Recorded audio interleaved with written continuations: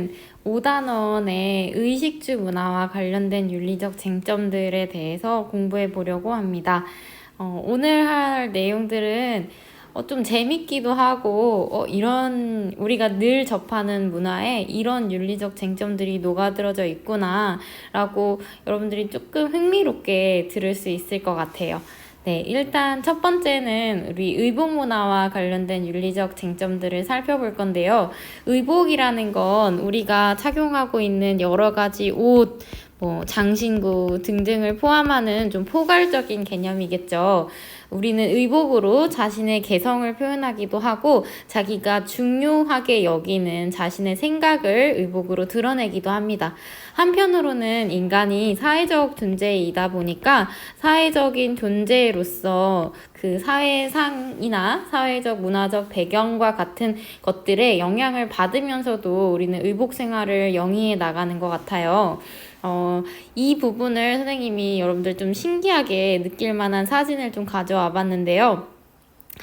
첫 번째 사진은 논란의 대상이 되는 바로 치마 길이라는 사진이고 지금 요즘 정말 이런 광경은 찾아보기가 힘들 텐데 경찰이 느닷없이 이런 미니스커트를 입고 있는 여성들에게 줄자를 대면서 치마 길이를 재는 이런 사회상 정말 생경하죠. 그쵸?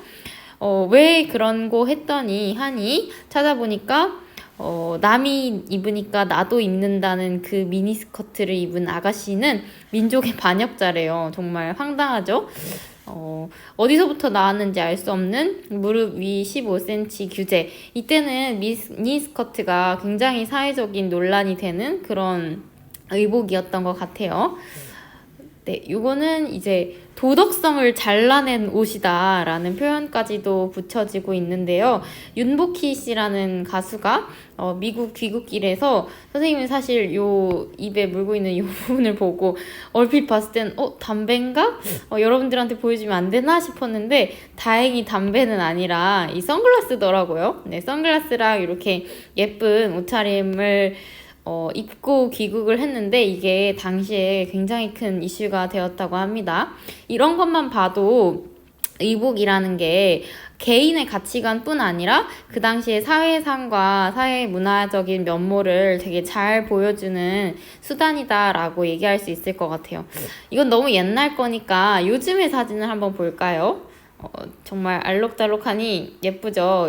패션 암흑기라고도 불렀던 2000년대 놀랍겠지만 얘들아 이거 막 코스프레 아니고요. 벌칙 사진 아니고 이 당시에 좀 칭한 친구들끼리 이렇게 멋부리고 제대로 찍은 사진인 것 같아요. 모자이크를 해서 선생님이 이렇게 가져와 봤는데 요즘은 이렇게 옷 안 입죠. 그쵸? 이것도 개성과 사회적 기준을 의복이 반영하고 있는 예다라고 볼 수 있을 것 같습니다.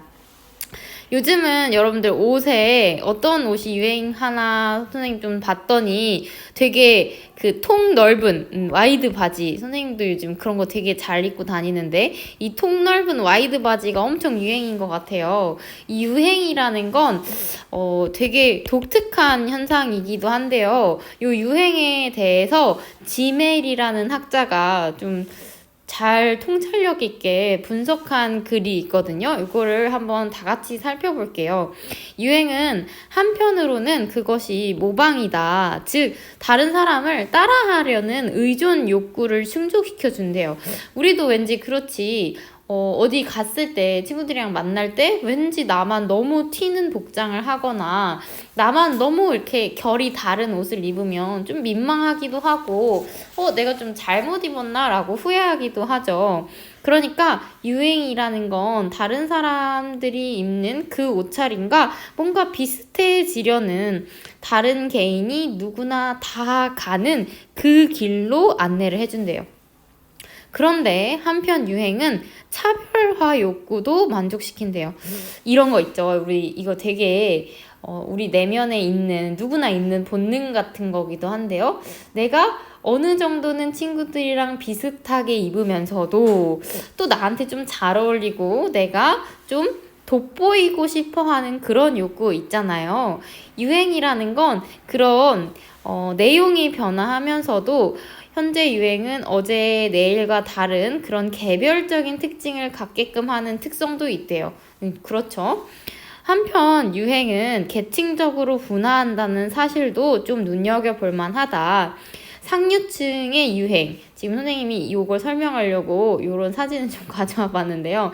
지금 이렇게 입은 아저씨를 보면 왜 저렇게 입어? 라고 생각하겠죠. 이 반팔 폴로티를 겹쳐 입는 게 유행이래요.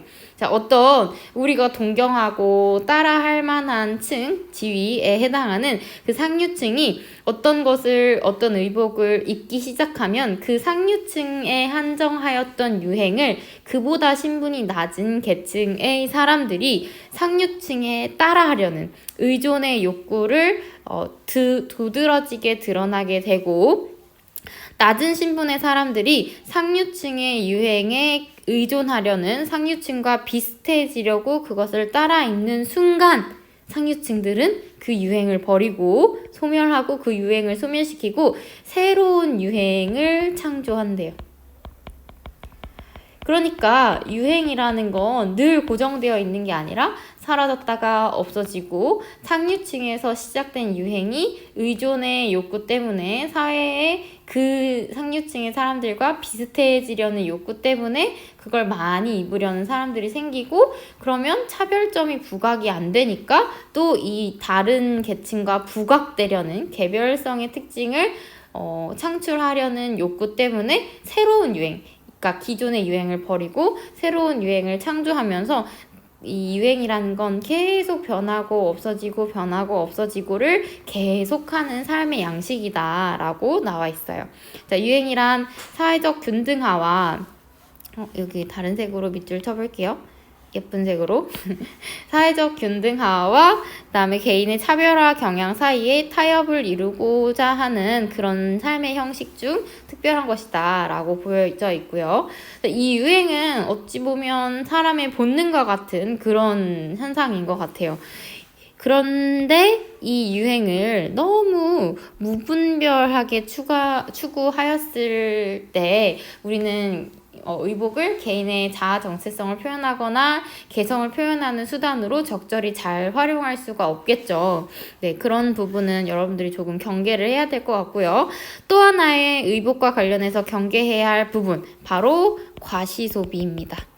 네, 과시소비 얘기 나왔으니까 명품 선호 현상을 얘기하지 않을 수 없을 것 같아요. 이 명품에 대한 지나친 선호는 개인으로 하여금 몰 개성화, 그러니까 개성이 두드러지지 않게끔 하고, 또 모두가 똑같은 옷을 입게끔 하는 획일화 혹은 사치풍조를 조장한다라는 점에서 우리가 좀 유의해야 할 필요가 있습니다.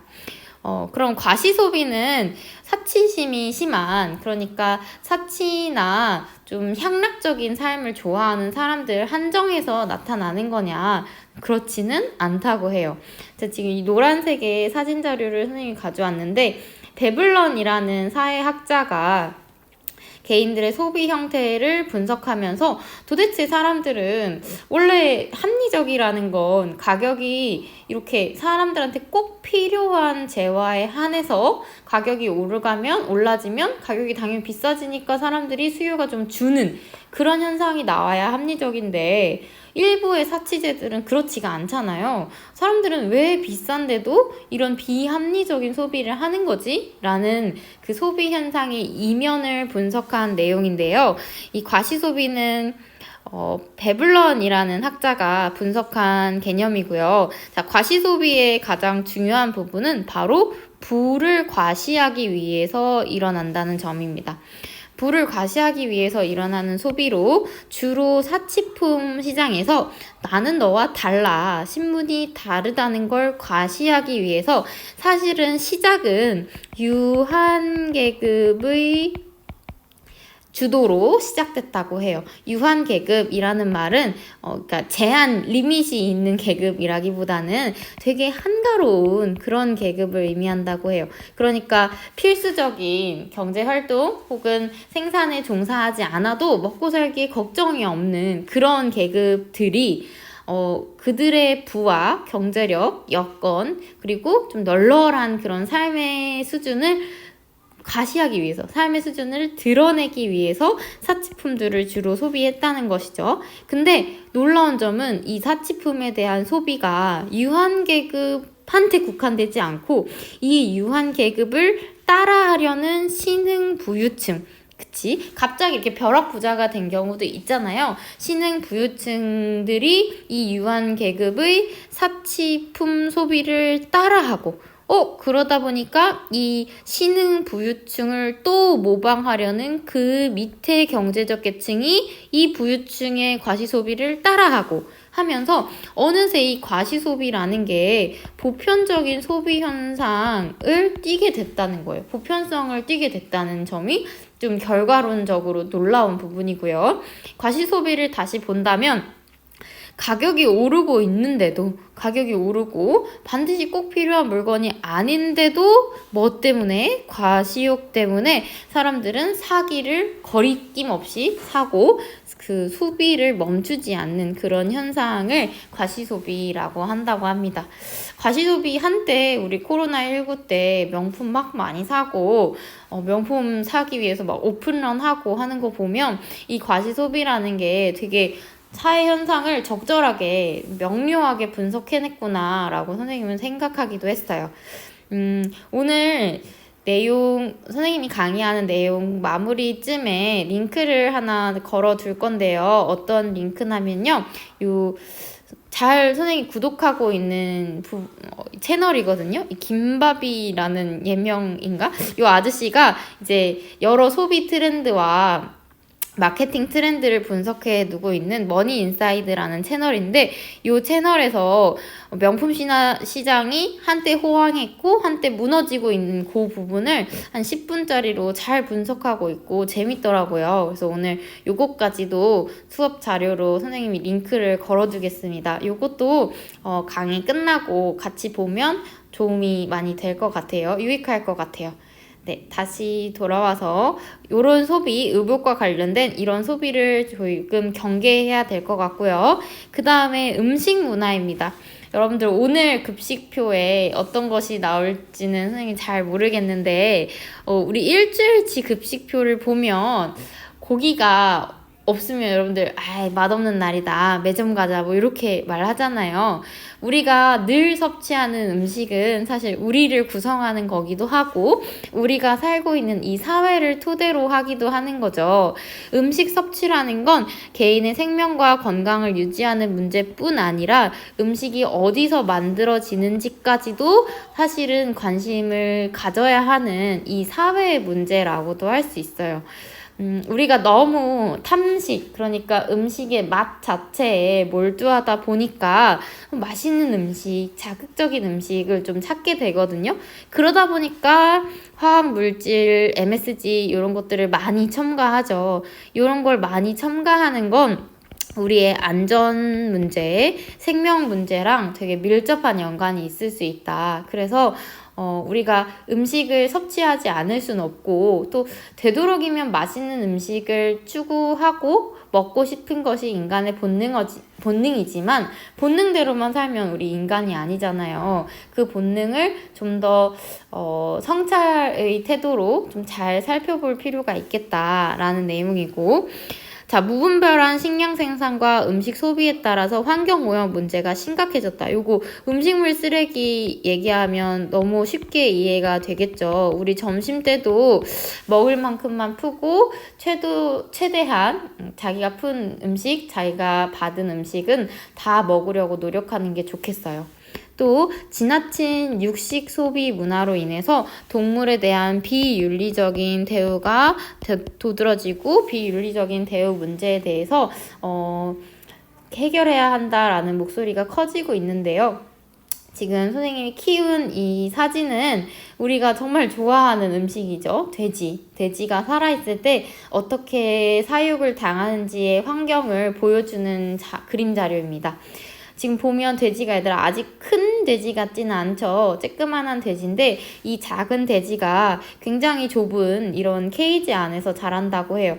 이런 케이지 안에서 자란 돼지가 육질도 연하고 그리고 빨리빨리 살이 붙기 때문에 고기로 빨리 도축할 수 있어서 생산성이 높다는 거죠. 우리는 이런 도축을 공장식 도축 혹은 공장식 가축 생산이라고 부르는데, 이 공장식으로 가축을 생산하는 게 가축들한테 너무 큰 고통을 안겨주는 거 아니냐. 그리고 인간의 관점에서 봤을 때 이런 좀 불쾌한 더러운 환경에서 동물이 제대로 된 안전한, 그러니까 건강한 환경에서 자라지 못한 동물이 인간이 섭취했을 때 가져오는 분명히 건강상의 문제도 있을 것이다 라고 비판을 받고, 요즘은 이런 공장식 사육 환경에서 벗어나서 동물복지라는 개념이 좀 대두되는 것 같아요.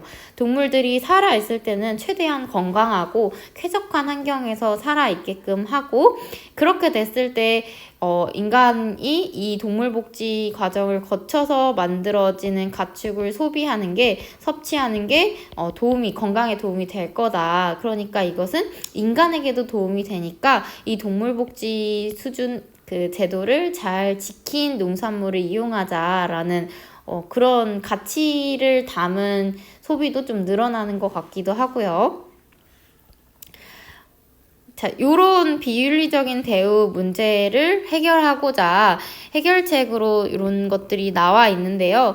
아까 음식물 쓰레기 얘기했으니까 우리가 정말 쉽게 실천할 수 있는 것, 음식물 쓰레기 양을 좀 줄여 나가는 것, 그리고 우리 주변 인근 지역에서 너무 장거리 운송을 거치지 않는 그런 식품부터 섭취하는 게 좋겠다라는 로컬 푸드 운동이에요. 마트나 식자재 매장 같은 데 가면 로컬 푸드 마켓이라고 해서 그 지역의 농산물들을 좀 저렴하고 좀 신선한 농산물들을 파는 그런 부분이 있거든요.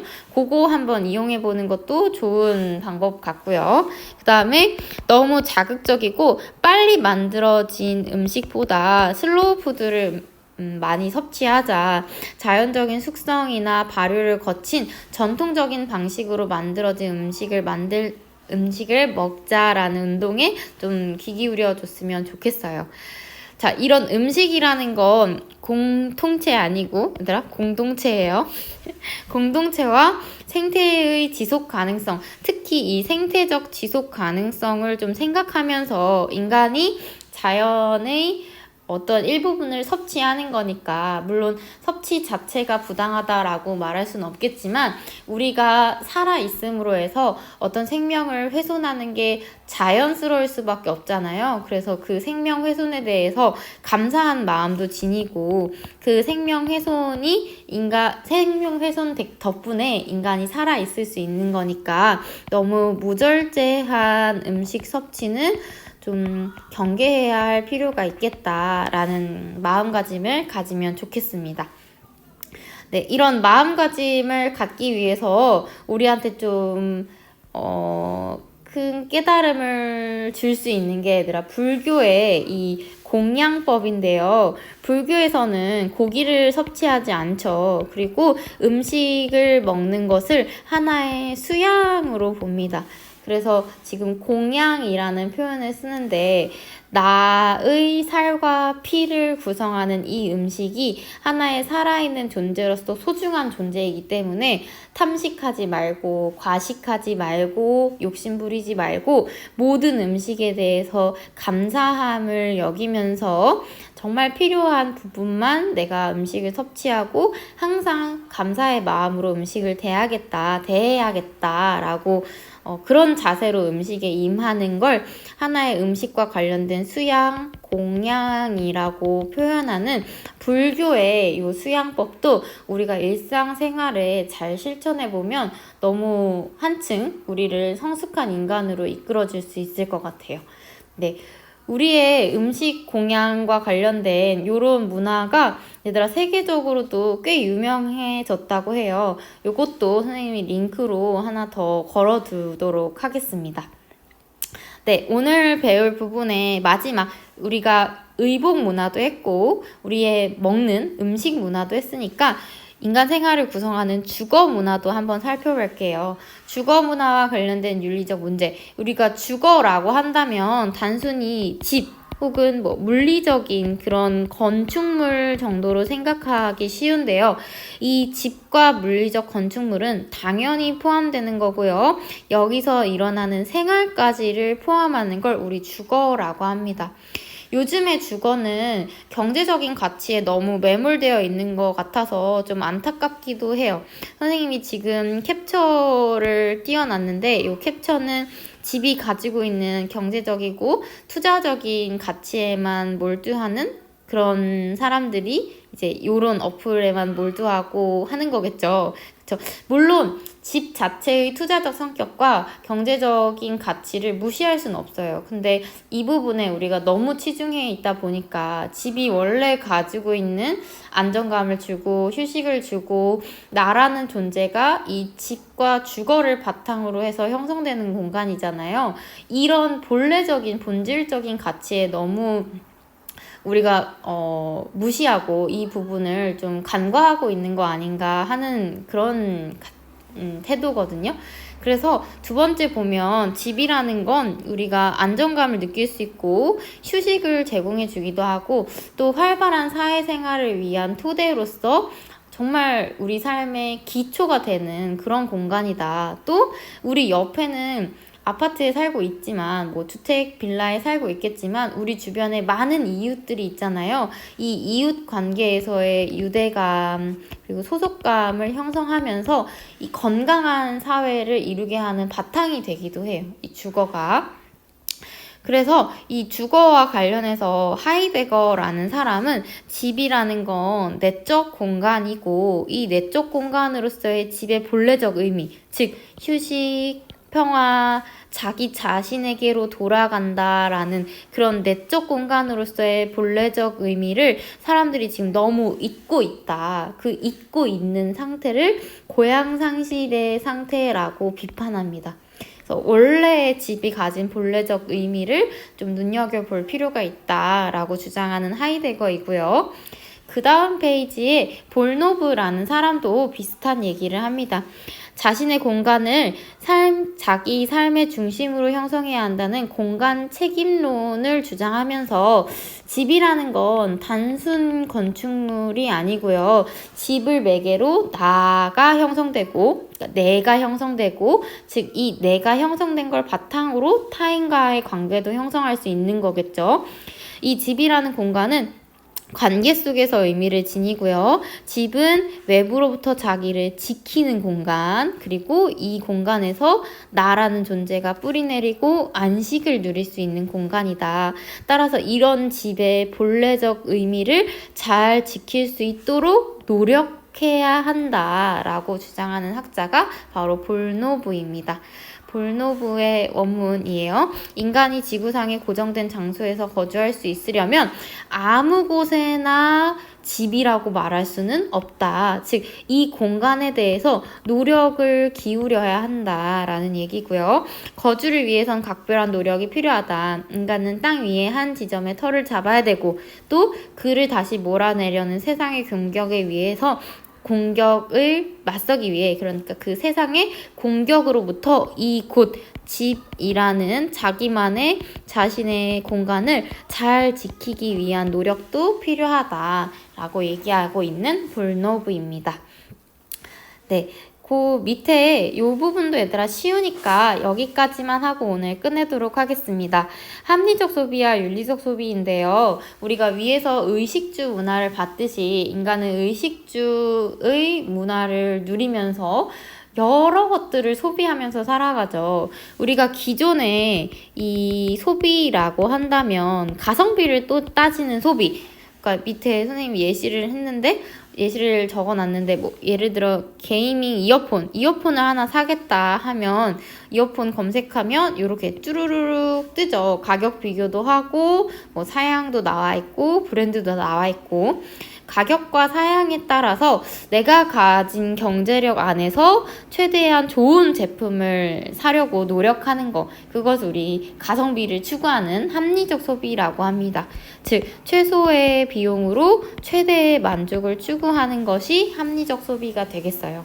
자, 이 합리적 소비는 우리가 늘 잘 하던 거예요. 근데 여기서 조금 더 가치를 고려한 소비, 이 상품이 어떻게 만들어졌나, 내가 이 상품을 소비함으로써 사회에 미치는 영향은 어떤 것이 있을까를 한 번 더 생각하는 소비를 윤리적 소비라고 합니다.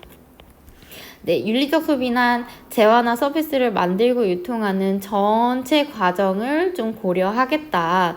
이 전 과정에서 인권, 평화, 환경 등의 아주 중요한 보편적인 가치가 훼손되지는 않았는지를 살펴보는 소비입니다.